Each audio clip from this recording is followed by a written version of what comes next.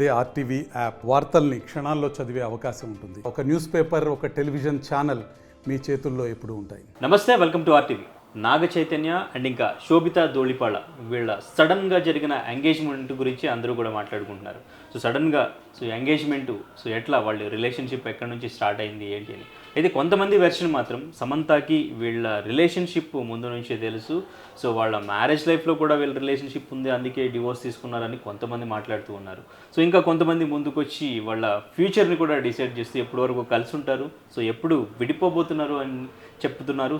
అసలు నిజంగానే ఆ ప్రెడిక్షన్లో ఎంతవరకు నిజం ఉంది, ఈ రూమర్స్లో ఎంతవరకు నిజం ఉంది, ఇదే టాపిక్ మీద మాట్లాడదాం. ఈరోజు మనతో పాటు ప్రొడ్యూసర్ నటికుమార్ గారు ఉన్నారు. సార్ నమస్తే. సార్ ముందుగా నాగ చైతన్య ధూళిపాళ శోభిత వీళ్ళిద్దరు ఎంగేజ్మెంట్ అంటే ముందు నుంచి కొంచెం రూమర్స్ వచ్చినాయి, వాళ్ళు రిలేషన్షిప్లో ఉన్నారు అని చెప్పేసి. బట్ అఫీషియల్గా అయితే మనకి ఎక్కడ కూడా వాళ్ళ రిలేషన్ గురించి ఎవరు క్లారిటీ ఇచ్చినట్టయితే మాట్లాడలేదు. బట్ ఇప్పుడు ఈ సడన్గా జరిగిన ఎంగేజ్మెంట్తో వాళ్ళు ముందు నుంచే రిలేషన్లో ఉన్నారు, అందుకే సమంత డివోర్స్ తీసుకుంది అని సోషల్ మీడియాలో తను బిఫోర్ పెట్టిన పోస్టులు సమంత కొన్ని పోస్టులు పెట్టారు. ఆ పోస్టులు రిలేట్ చేస్తూ మాట్లాడుతున్నారు. ఇది నిజమేనా?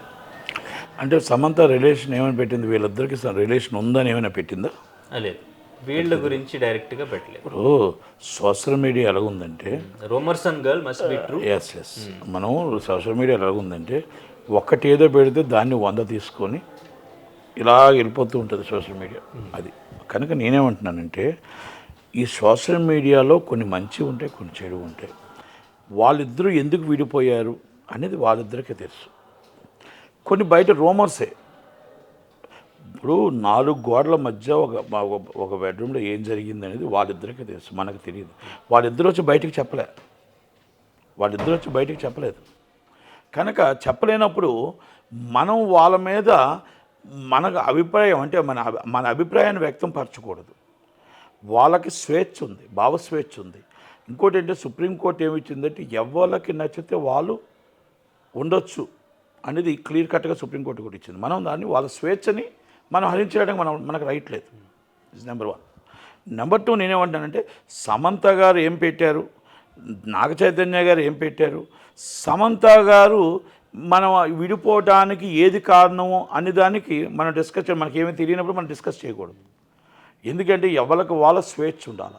ఈజ్ అ డైవర్స్ తీసుకున్నారు, very friends, is a clear. ఆమె బతుకుతున్నారు, ఆమె రైట్ ఈజ్ ఆమె ఎవరితోనే ఏమైనా స్వేచ్ఛగా ఉండొచ్చు, ఇబ్బంది లేదు. ఎందుకంటే అఫీషియల్ ఈజ్ డైవర్స్ తీసుకున్నారు. అలాగే నాగ చైతన్య గారు అఫీషియల్గా తీసుకున్నారు. ఓకే, ముందు నుంచి ధూళిపాళ గారు వాళ్ళు రిలేషన్లో ఉన్నారా లేకపోతే ఎలాగున్నారా, వాళ్ళిద్దరూ పెద్దలు ఇష్టపడ్డారు, అందరూ అనుకున్నారు, పెళ్లి చేసుకోవాలనుకుంటున్నారు. వాళ్ళని ఆశీర్వదిద్దాం, వాళ్ళ మొత్తం టోటల్గా బాగుండాలని కోరుకుందాం. 100 కాలాల పాటు 100 సంవత్సరాలు కరెక్ట్గా ఉండి చక్కగా వాళ్ళిద్దరూ భార్యాభర్తలు పిల్లలతో హాయిగా బాగుండాలని కోరుకుందాం. మన తెలుగు హిందూ సాంప్రదాయం ప్రకారం మనం అందరం కూడా ఆస్వాదించి వాళ్ళు బాగుండాలనే కోరుకుంటాం. విడిపోవాలని కోరుకోరు ఎవరు. విడిపోవాలని కోరుకునేవాడు మూర్ఖుడు. విడిపోవాలని కోరుకునేవాడు మనం ఏ విధంగా పెట్టినా కూడా అవసరం లేదు. ఎందుకంటే అది ఎవరైనా ఉన్నాం, మేబీ ఎవరొచ్చు. వాళ్ళిద్దరూ కలవాలి అనుకున్నారు. ఇస్ అ బిఫోర్ రిలేషన్షిప్ ఉన్నారా లేదా, బిఫోర్ ఆల్రెడీ వాళ్ళకు పరిచయాలు ఉన్నాయా లేవా, ఇప్పుడు ఇవన్నీ రూమర్సా, ఇవన్నీ పక్కన పెట్టేద్దాం. వాళ్ళకి ఇద్దరికి ఇష్టపడలేదు, నాగ చైతన్య గారికి సమంత గారికి ఇష్టపడలేదు. వాళ్ళ అభిప్రాయ భేదాలు వచ్చాయి, ఇద్దరు విడిపోతున్నప్పుడు వాళ్ళ రిలేషన్షిప్ ఎవరికి వాళ్ళు ఇండివిజువల్గా అఫీషియల్ తీసుకున్న తర్వాత వాళ్ళు అఫీషియల్గా మ్యారేజ్లు చేసుకోవచ్చు, అఫీషియల్గా వాళ్ళతో రిలేషన్షిప్లో ఉండాలనుకుంటే వాళ్ళ ఇష్టం. అది వాళ్ళ భావస్వేచ్ఛ. వాళ్ళని మనం ఎవరిని పలానా వాళ్ళతో ఉన్నారని చెప్పడానికి మనం చెప్పడానికి మనకు రైట్ లేదు. వాళ్ళ స్వేచ్ఛని హరించడానికి మనకు లేదు. ఎందుకంటే వాళ్ళకి స్వేచ్ఛ ఉంది. వాళ్ళకి ఆల్రెడీ సుప్రీంకోర్టు ఇచ్చిన ఆర్డర్ ప్రకారం ఎవరితోనైనా రిలేషన్షిప్లో ఉండటానికి ఇష్టపడితే ఉండొచ్చు. అవన్నీ వాళ్ళ ఇష్టం. అది వాళ్ళ వ్యక్తిగత జీవితాల్లోకి మనం వెళ్ళకూడదు. అది మనం అనేది ఇక్కడ లైఫ్ గురించి అంటే ఆడియన్స్కి చాలా ఇంట్రెస్ట్ ఉంటుంది. వాళ్ళ గురించి ఎంతైనా ఉండొచ్చు. కానీ వాళ్ళ ఆడియన్స్కి కూడా మనందరం సెలబ్రిటీస్ కూడా వ్యక్తిగత జీవితాలు ఉంటాయనేది మనం గుర్తుపెట్టుకోవాలి. వ్యక్తిగత జీవితాల్లోకి మనం వెళ్ళకూడదు. మనం ఖాళీగా కూర్చొని కింద కామెంట్స్ పెట్టడానికి వాళ్ళు బాగుండాలని పెట్టండి, మంచిగా వాళ్ళు బాగుండాలని కోరుకోండి.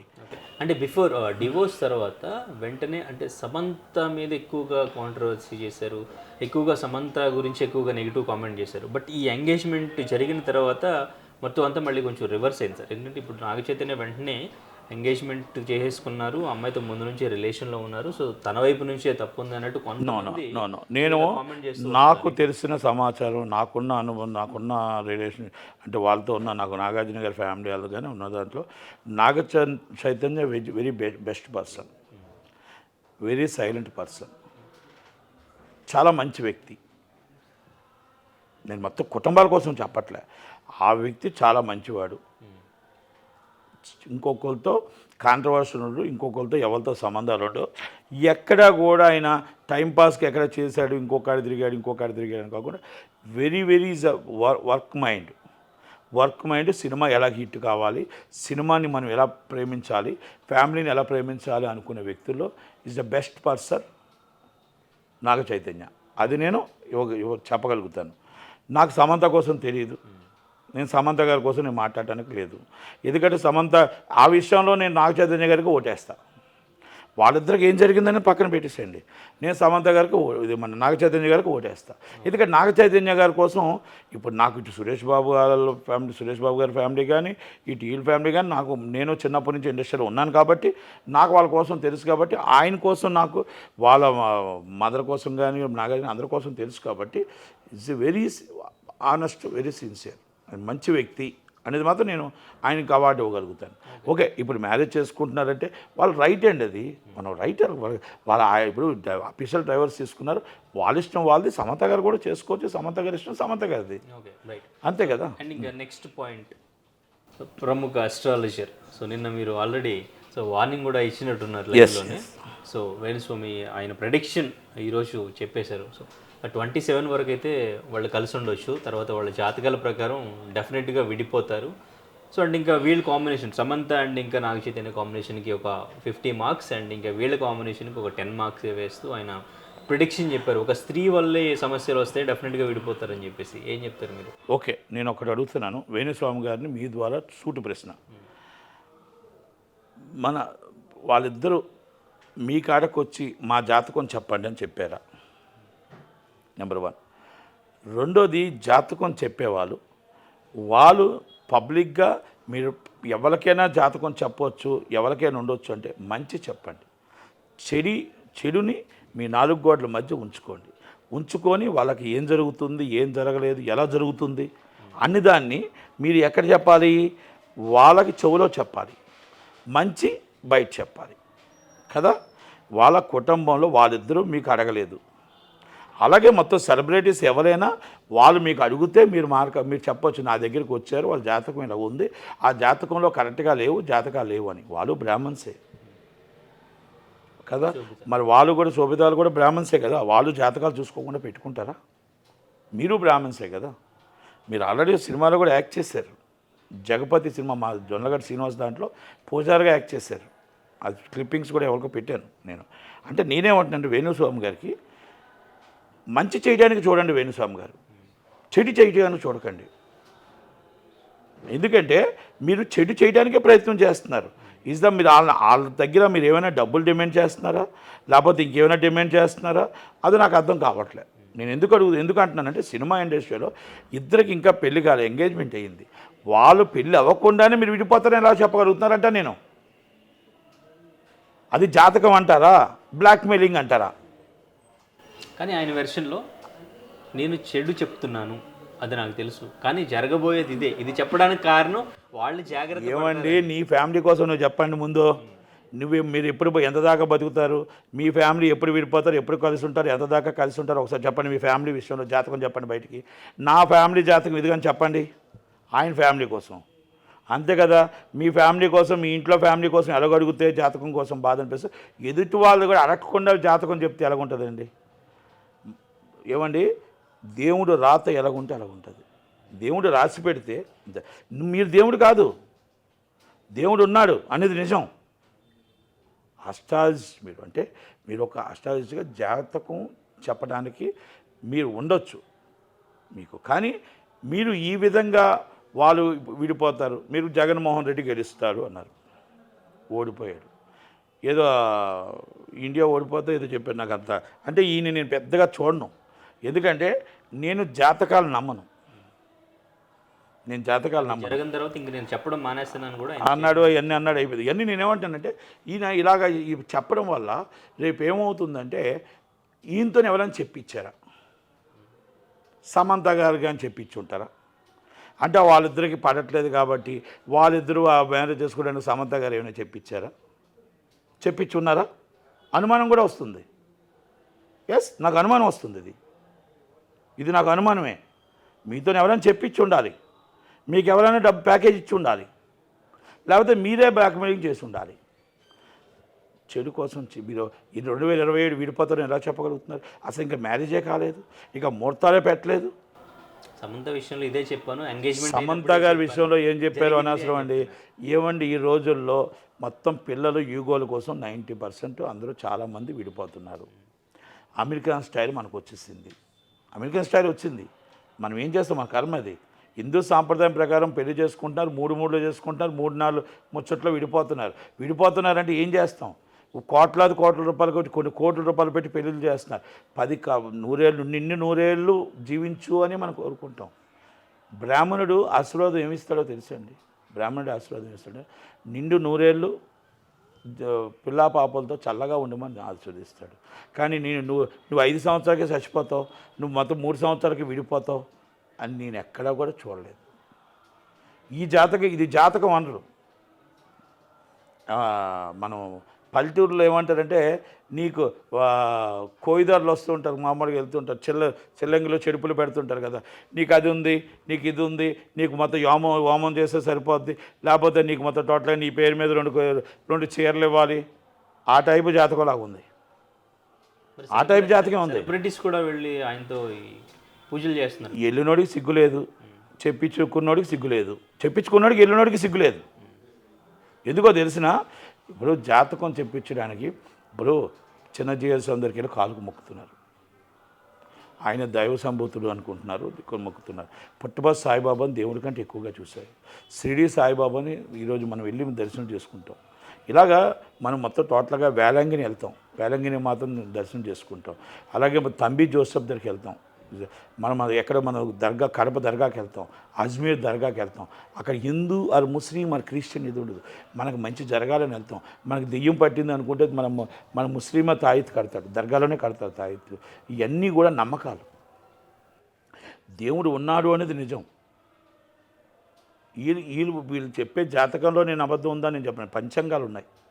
పంచాంగాలు మొత్తం 6 పంతులు కూడా అందరూ కూడా ఒకటే పంచాంగం చెప్పాలి కదా. మరి డిఫరెంట్ ఎందుకు చెప్తారు? ఒక పార్టీలో మీరు గెలుస్తారని చెప్తారు, ఒక పార్టీలో మీరు గెలుస్తారని చెప్తారు, ఒక్కొక్కళ్ళు ఒక్కొక్క డిఫరెంట్ చెప్తారు. కనుక నేనేమంటున్నానంటే, మీరు మంచి చెప్పండి, చెడు చెప్పొద్దు. చెడు చెప్పి వాళ్ళని విడగొట్టడానికి మీరు చెప్పకూడదు. వేణుస్వామి లాంటి వాళ్ళు ఈజ్ ఎ బ్లాక్మెయిలర్. నేనేమంటున్నా, లేదు అంటే సమంత గారైనా వేణుస్వామితో చెప్పించి వాళ్ళతో ఆ అమ్మాయి మీద ముందు నుంచే మీరు అంతాకలు అంటున్న దానికి నాకు అనుమానం వచ్చింది. ఆ అమ్మాయి మీద నుంచి ముందు నుంచే ఉంది. ఒకవేళ ఏమైనా సరే నాగ చైతన్యం మీద ఏమైనా కోపం ఉంటే వేణుస్వామి ద్వారా వెళ్ళి ఇలా రియాక్ట్ ఏమైనా అయ్యిందా అంటే వాళ్ళ కుటుంబంలో స్విచ్ పెట్టడానికి అని నేను అనుకుంటున్నా. నాకు జరిగింది అన్యాయం కనుక అది కానీ ఇంకో వాళ్ళకు కూడా స్విచ్ పెడదామని ఏమైనా అనుకుందా? మేబీ నాకు అనుమానం వచ్చింది. ఇది నాకు అనుమానం మాత్రమే. అసలు అలా ఆలోచించే పాసిబిలిటీ ఉందంటారు? ఎవరు చెప్పగలుగుతామండి? ఇప్పుడు ఎవరిని అనలేము. ఇప్పుడు ఇక్కడ ఎలాగుంటుందో తెలిసిన కసి కాంక ఇప్పుడు కసితో రగిలిపోతుంటారు కొంతమంది.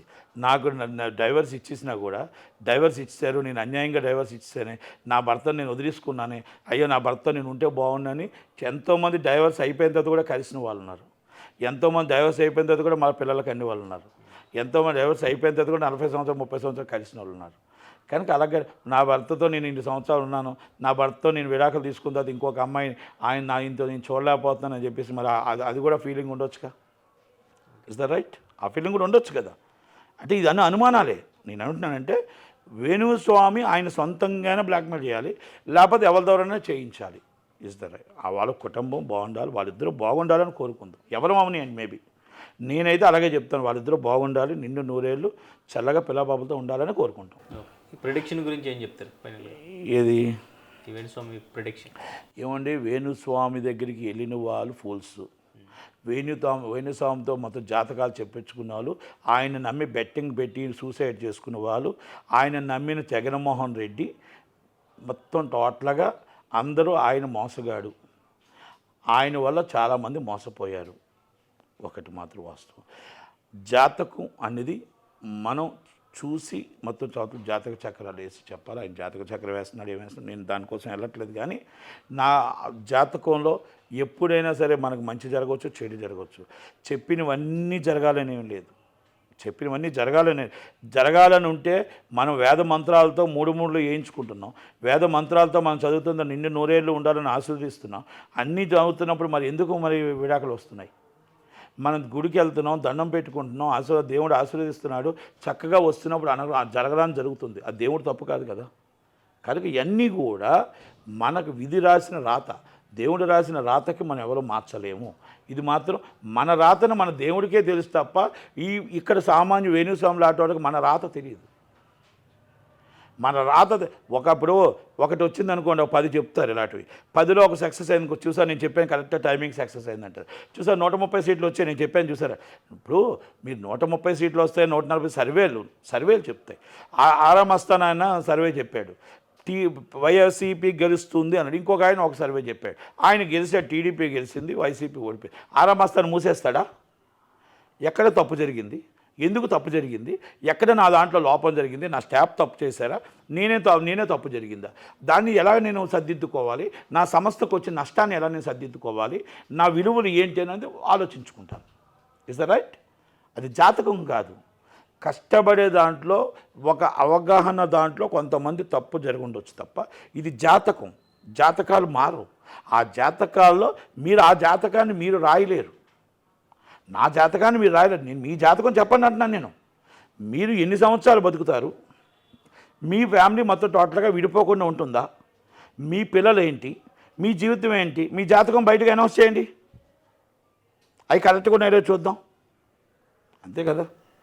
కనుక మన జాతకమే కాదు, ఎదుటి వాళ్ళ జాతకం కూడా మీరు వాళ్ళు మీ దగ్గరికి వచ్చారంటే జాతకం మంచి చెప్పండి.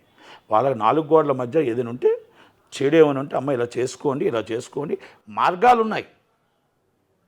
ఉన్నాయి. అది ఇప్పుడు మన ప్రతి దానికి ఒక మార్గం ఉంది. శని పట్టింది అని అంటారు.